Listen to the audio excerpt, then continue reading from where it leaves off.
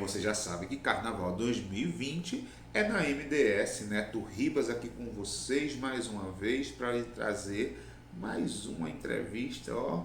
Dessa vez, Edson Pereira, carnavalesco da Vila Isabel, uma figura maravilhosa. A entrevista ficou perfeita, muito boa. Um cara assim que eu saí de lá admirando mais ainda depois de ter ouvido as histórias do Edson Pereira nessa entrevista. Eu espero que vocês gostem, foi feito com muito carinho para vocês. Um beijo, meu agradecimento a toda a família Vila Isabel, ao Edson e toda a sua equipe. E curtam aí a entrevista, se inscrevam no canal MDS Neto Ribas Carnaval 2020 lá no YouTube. Tchau. Carnaval MDS 2020, canal Neto Ribas lá no YouTube. Olha só quem está aqui do meu lado, né? Muitos. Quando a gente fez a lista de pessoas que poderiam ser entrevistadas, e a gente perguntou às pessoas, carnavalesco, aí assim, Edson Pereira disparou na frente, assim. O grupo pediu muito e atendendo ao pedido de vocês, a gente corre de um lado, busca do outro, tá aqui. Edson Pereira, o cara que nos deu, ano passado, uma das visões mais belas que o carnaval já nos proporcionou, né? Então, com vocês, Edson Pereira, para a Me MDS. sinto muito lisonjeado com isso, né? Eu acho que a gente trabalha com essa intenção de poder atingir a emoção de vocês. Eu acho que esse é o nosso objetivo maior. Não há nada que nos deixe mais felizes e satisfeitos que saber que vocês estão gostando do que a gente está produzindo, porque a gente está preparando para vocês mesmo. Que bom. E antes de eu perguntar um pouco da sua história, eu quero saber então como ficou para você essa relação de você ter construído para a gente, num ano tão difícil como foi 2019, uma maravilha de desfile, principalmente aquele carro abre-alas, né, que eu acho que todo mundo fala para você que aquele carro abre-alas é um deslumbre, e aquele índio chorando também. Então, já caiu a ficha de que você trouxe para a gente 2019 talvez as visões mais belas do carnaval? Eu acho que é uma visão muito particular, né? Eu acho que gosto é uma coisa indiscutível. Mas assim, o que eu tento realmente é atingir esse tipo de sentimento para quem está assistindo, para quem realmente ama o carnaval. Né? Já que o meu objetivo maior na minha vida nunca foi ser o melhor ou construir tudo isso. Eu acho que o que eu faço com muito sentimento e eu acho que essa é a minha verdade. Talvez seja por isso que está sempre dando certo. E tocando as pessoas, né? Exatamente. Bom, vamos saltar um pouco, né? Eu quero saber de você então, como foi que chegou o carnaval na sua vida? Conta um pouco da sua história pra gente. Na verdade, isso é uma história muito aberta, né? Eu sempre deixei muito claro essa minha trajetória, porque eu sou de origem nordestina, né? Não sou nordestino, mas a minha família toda é. Meu pai tinha 26 filhos, Nossa. né? 26 filhos, e para a minha família sempre foi muito complicado o sustento da família se a gente não trabalhasse. Então eu trabalho desde os 8 anos de idade. Né? E o meu pai ele não gostava que a gente estudasse, ele queria que a gente trabalhasse para poder ajudar em casa. Então eu tive sempre esse conflito da minha família com o trabalho, né? Comigo, porque eu sempre quis muito me direcionar a vida artística, sempre tive uma veia artística e essa questão incomodava muito a minha família. Né? Então foi com 13 anos de idade, meu pai me colocou para fora de casa e eu fui morar na rua. Eu fiquei morando 3 anos na rua. Nossa. Fui morador de rua, fiquei morando na rua e quando eu conheci o carnaval foi em 93 para 94. Isso ainda lá no Nordeste? Não, já aqui no Rio. já. Aqui no Rio eu conheci o carnaval e fui morar dentro do barracão da União da Ilha. Aí você foi morar no Barracão da Ilha. E aí virou pintor de arte. Eu virei pintor de arte e comecei a me apaixonar pelo carnaval, porque ali acabou virando a minha base estrutural, né, psicológica, né, porque eu não tinha família mais, eu estava na rua. Sim. Então acabei me envolvendo muito com o projeto do Carnaval da Ilha, criando o carnavalesco era o Chico Espinosa. Quando sim? Foi Abracadabra. Ah, foi o ano da mágica, vou dizer. Sim. E o carnavalesco era o Chico Espinosa. O Chico ele me abraçou como um artista, porque ele já via isso em mim. Então eu fiquei muito maravilhado com aquele universo de possibilidades, né? Então, acabei dali me transformando em aderecista, depois eu virei escultor, trabalhei um pouco com carpintaria, trabalhei com ferragem. Todos os ambientes do carnaval, todos os setores do carnaval, eu acabei me envolvendo e eu acabei virando um profissional do carnaval. Já ali estava trabalhando também na Imperatriz Leopoldinense, e aí fui construindo essa história sem pretensão alguma de ser carnavalesco, nunca tive essa pretensão.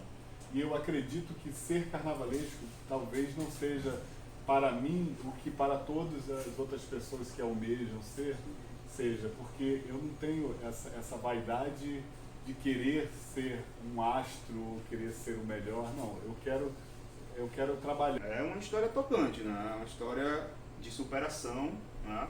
E eu acredito que tem muita gente no mundo do carnaval que passa por muitas dificuldades. Aceitação em casa, a própria oportunidade. Diante dessa sua história, e é tocante, o que você diria para o universo de hoje, das pessoas de hoje que estão querendo entrar no carnaval? Como deve fazer, o que deve seguir?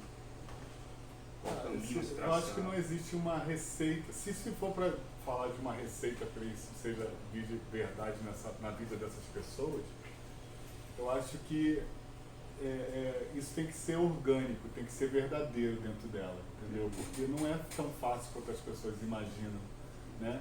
Talvez para mim seja um pouco mais fácil porque eu venho de uma história muito difícil. Então, tudo para mim que é desafiador acaba se tornando instigante, né? E para fazer carnaval você tem que ser muito forte, porque não é para os fracos. Verdade. Né? A gente vive cada ano numa crise muito pior. Sim. Né? E a gente tem que tirar da cabeça, não do bolso. Exatamente. Bom, o Edson hoje está na Vila Isabel, já passou por outras escolas também de especial, mas a gente realmente assim pegou o gosto pelo seu trabalho quando a gente conheceu você lá no acesso, né? Justamente na UPM, que muitas vezes até a gente acho que compartilhava com você aquela coisa de dizer, o novo não subiu, mas nossa, mas aquele trabalho ali era para estar no especial, tal. Como foi a tua vida no acesso? Então, a UPM é uma história muito singular na minha vida, porque a UPM ela é uma escola que ela cresceu junto comigo, né? Quando eu fui convidado para fazer a UPM ela era uma escola esquecida, apesar de ser uma escola com 70 anos de idade, mas ela ficou no extrazismo muitos anos, né? E eu peguei a UPM no grupo D na Intendente Magalhães, em 2004. Então a escola ela foi crescendo junto comigo. Eu aprendi a fazer carnaval junto com a escola. Né? Então é uma história muito singular na minha vida. Então as pessoas muito falam assim, a UPM tem a sua cara. Não é que a UPM tem a minha cara, eu tenho a cara da UPM. Né? Porque... Mas eu posso te falar? A UPM tem a sua cara.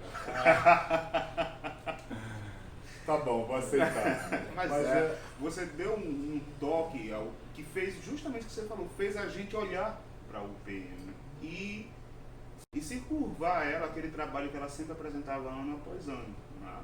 Então assim, claro, todos os méritos da escola dá condições de trabalho, mas quem não sabe trabalhar não se estabelece. E a gente ficou apaixonado pelo trabalho. O que aconteceu na UPM, muitos questionam sobre isso. A escola tem dinheiro, tem condições. Lógico, ela tem sim um pouco a mais do que talvez algumas outras. Mas ali o diferencial não era esse. Eu sempre pensei o carnaval como uma coisa muito grande. Né? Quando eu falo de carnaval, eu falo do maior espetáculo da Terra. Então, eu tenho que surpreender de alguma maneira. Eu sempre tive esse pensamento. Então, quando não tinha dinheiro, porque os carnavais da UPM que eu fiz, geralmente se fazia em 30 dias, porque a escola não tinha barracão, tinha que fazer em 30 dias. Cada ano era um barracão diferente, cada ano era um lugar diferente, na chuva, no sol. Então, era tudo muito aproveitado. Eu passei 5 anos lá sem mexer em estrutura de carros alegóricos, mas todo ano eu fazia os melhores carros alegóricos. Né? Isso não é dito por mim. Né? Então, é uma grande satisfação quando as pessoas associam a minha imagem com a da UPM. Para mim, é sim, porque ali eu me encontrei quanto artista, quanto profissional, quanto administrador, porque fazer carnaval é você saber administrar, não é só você querer, porque você não está fazendo o carnaval da sua vida, você está fazendo o carnaval da vida de uma comunidade, de muita gente. Então esse respeito, ele com a UPM e eu, sempre foi mútuo. Entendi. Né? Então a minha relação com a UPM é uma relação extra-carnaval. Entendi. Então, só me fala um pouquinho mais do que você acha que a gente, enquanto espectador do carnaval, mas também os responsáveis pela cidade, pela festa, deveriam fazer por essas escolas do acesso. O que está faltando, cara? Muita coisa. Eu acho que é preciso respeitar essas escolas, porque elas são a base do que nós temos aqui no especial hoje. Sim. A primeira falta de respeito é essas escolas não terem nem mesmo um lugar cômodo, suficiente, salubre, né, para Sim. poder produzir o que eles fazem, né? Então, eu acho que esse respeito, ele tem que ser igualitário, né? Não importa se é especial, se não é. O que a gente está falando é da nossa cultura, da nossa identidade. Exatamente. Né? E o carnaval, ele é oriundo desses guetos, né? Vamos falar assim, desses primórdios das comunidades. E a UPM e todas as escolas do acesso, elas que fazem com que a gente se apaixone, porque elas atingem diretamente e indiretamente aqueles que não têm acesso para as escolas maiores. Exatamente. Então, vamos falar agora um pouquinho de especial. Deixa eu te lembrar, para quem não sabe, em 2010, lá na Viradouro, no Carnaval do México, o Edson estava lá. Eu queria perguntar a ele, daquele carnaval, qual foi o aprendizado que ele tirou, né?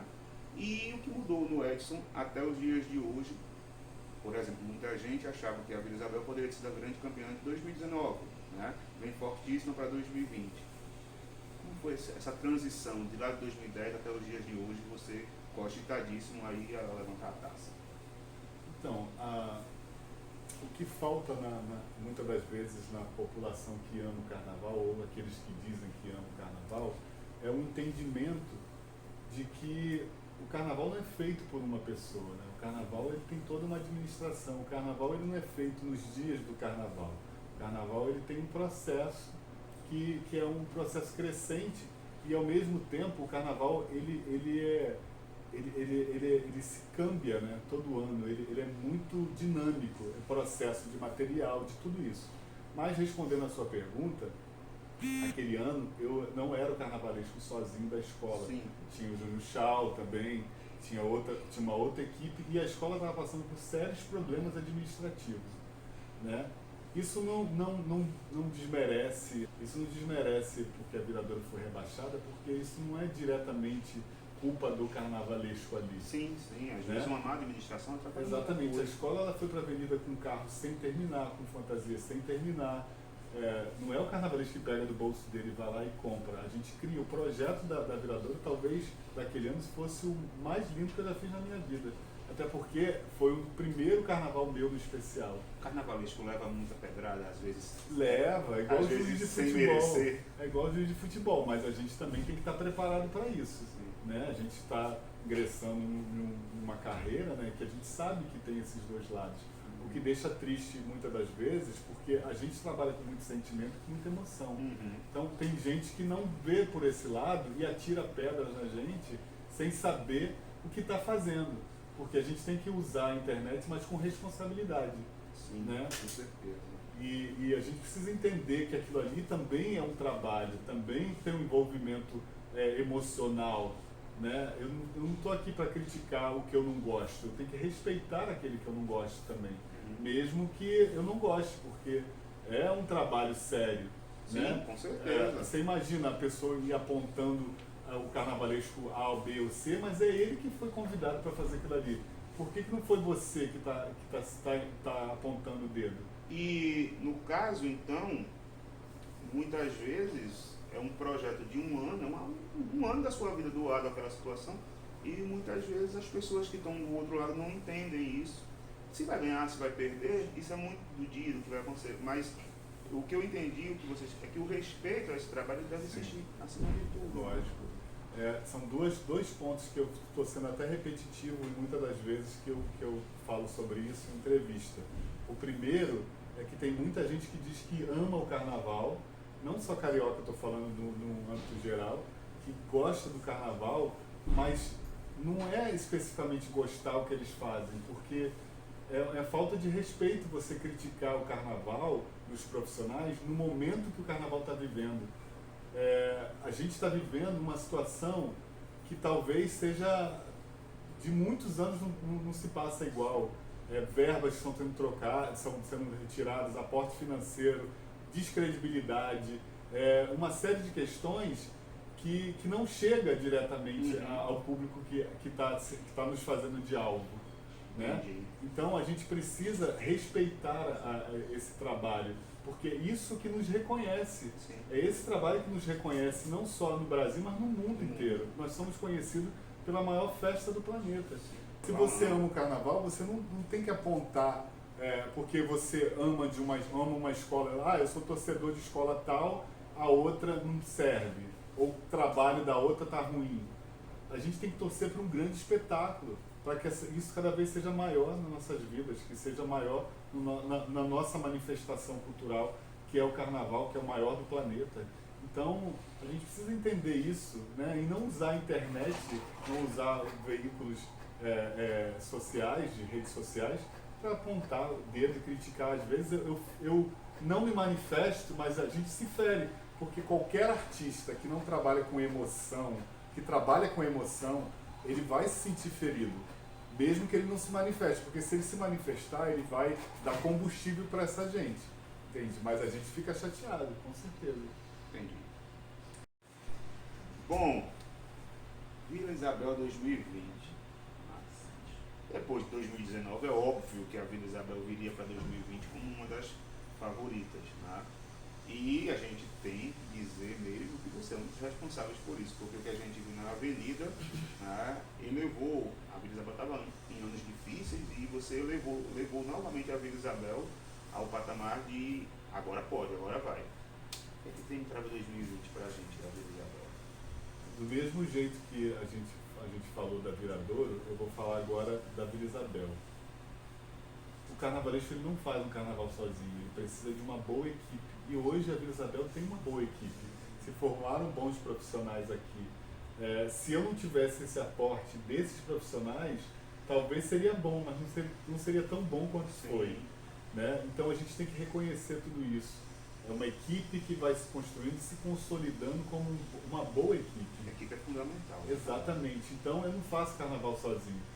O que eu coloco na frente do meu trabalho é o sentimento de respeito pela comunidade, pela escola. Eu entro na escola e eu começo a analisar, a estudar, a conhecer a escola, não para que ela não seja a escola do Edson, ela é a Vila Isabel, porque eu vou passar. E do jeito que eu estou hoje na Vila Isabel, eu posso estar em outra escola. Sim. Né? Então é preciso que eu respeite, que o carnavalesco respeite essas origens dessa escola, a forma. Cada escola tem a sua característica e a Vila Isabel tem a dela. Então eu trabalho dessa forma. Quando eu chego na escola, eu quero dar a minha cara, lógico, sim, mas sempre respeitando o que eu encontrei ali. São senhoras, são baianas, são pessoas que já existem ali quando eu chego. Verdade. Então, assim, deixa eu te fazer uma pergunta para ontem. Você meio que faz uma simbiose com o que a escola tem e o que você vai trazer e juntar isso e ver o que é que vai dar, é mais ou menos assim? Por que não somar? A gente tem que somar, não subtrair. Né? E a temática do meu carnaval é sempre somar, agregar valores. Bem, a gente sabe que o carnaval da Vila para 2020 foi muito citado, muito cogitado por conta de 2019 e que teve também uma certa conversa nas redes, nas mídias sobre patrocínio. É um carnaval patrocinado ou não? Então, a gente recebeu a proposta de um patrocínio de Brasília, tá? E nem todo mundo sabe, vamos dizer assim, o carnavalesco, ele é um funcionário da escola. Pelo menos eu me vejo dessa forma. Sim, claro. Né? Então, se a escola teve uma proposta e chegaram para o profissional e falaram assim, nós temos que fazer um enredo sobre Brasília. A minha função é transformar isso em carnaval, fantasiar isso, e da melhor maneira possível, sem perder qualidade e sem perder o espetáculo, que é o objetivo maior. Sim, com certeza. Né? Então, é isso que a gente está fazendo. Com relação a aporte financeiro de Brasília, até o momento, nós não recebemos nada de patrocínio. Pode ser que que venha esse patrocínio, tá? Os 24 do segundo tempo, né? Os 45 do segundo tempo, talvez venha. Se vier, muito bem-vindo. Sim. Se não vier, a gente está fazendo um carnaval com o pé no chão, sabendo da responsabilidade que a Vila Isabel tem pelo que foi feito ano passado, mas também te digo, ano passado nós não tivemos patrocínio. Então, ano passado nós não tivemos patrocínio. Muitos falavam assim, a Vila está endinheirada porque tinha patrocínio. E não tinha patrocínio. Tinha um trabalho consciente que a gente queria fazer focado nos objetivos que nós atingimos e conseguimos. As pessoas não conhecem realmente uma administração de escola de samba? As pessoas que estão do lado de lá? Não, porque muitos falam assim, vamos profissionalizar o carnaval. Mas até que ponto se profissionaliza uma festa tão orgânica, né? Uma festa que é tão instintiva, tão natural. Ninguém sabe identificar como fazer isso. Você vê, o Carnaval de São Paulo, ele tem uma administração muito melhor do que a do Rio. Mas é um carnaval mais robotizado. Sim, né? sim, aquela coisa mais fria. Exatamente, não tem essa essência que a gente tem aqui. As pessoas são muito apaixonadas. É diferente, não é menor nem pior. São simplesmente sentimentos diferente. Exatamente.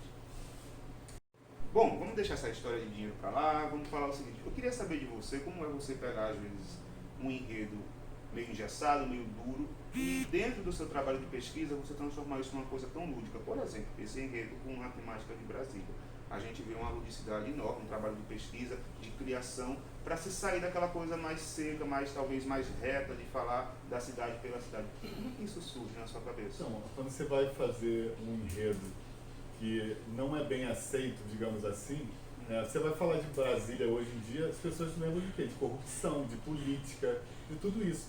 Não é esse o objetivo do nosso enredo na Vila Isabel. Sim. Até porque eu não acredito em enredo ruim, eu acredito em concepção errada. Né?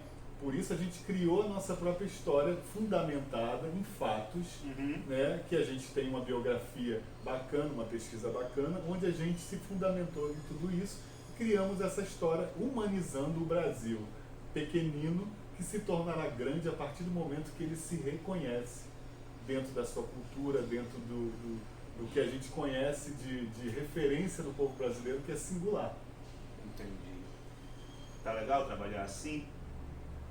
Amigo, assim, para mim, legal é você ter o direito de trabalhar, ter o direito de liberdade de expressão. Bom, vou te falar agora alguma coisa e você me fala o que vem na cabeça de imediato, certo? Vila Isabel 2020. É um projeto de sonho. Fazer a mesma pergunta que eu tenho feito aos outros entrevistados. Nos dias de hoje, para você, samba ou alegoria? Tem que escolher. Samba ou alegoria? Nossa, é bem difícil isso, né? Eu não vou falar alegoria, porque eu acho que é um conjunto, né? Eu acho que o samba é mais abrangente. O samba, ele fala da alma, né? O samba, ele é o que vivemos hoje no carnaval. Casamento Vila e Edson. Não sei se é um casamento. Eu sei que é algo que dá certo na minha vida como profissional, como artista, como sentimento. Qual vai ser a reação do Edson se vier o título? De muita felicidade, porque o título não é o título do Edson, o título é o título de uma comunidade que almeja, né, que luta, que trabalha muito para isso, e o título é sinônimo de muito trabalho. Qual é o teu estilo dentro do carnaval? Meu estilo é próprio. Porque eu cresci vendo o carnaval, né? Eu cresci assistindo o carnaval. Quando eu era moleque, dentro de casa, eu com muitos irmãos, meus irmãos todos iam para a rua, né? E minha mãe me tirava de dentro de casa para ir com a gente. E eu parava no primeiro lugar que tinha uma televisão e ficava sentado ali, naquelas barraquinhas ali. Aquelas televisões de praça. Exatamente. Então, isso para mim é algo que me marcou muito. Isso fez com que eu criasse o meu estilo, né? A minha identidade, assistindo mesmo.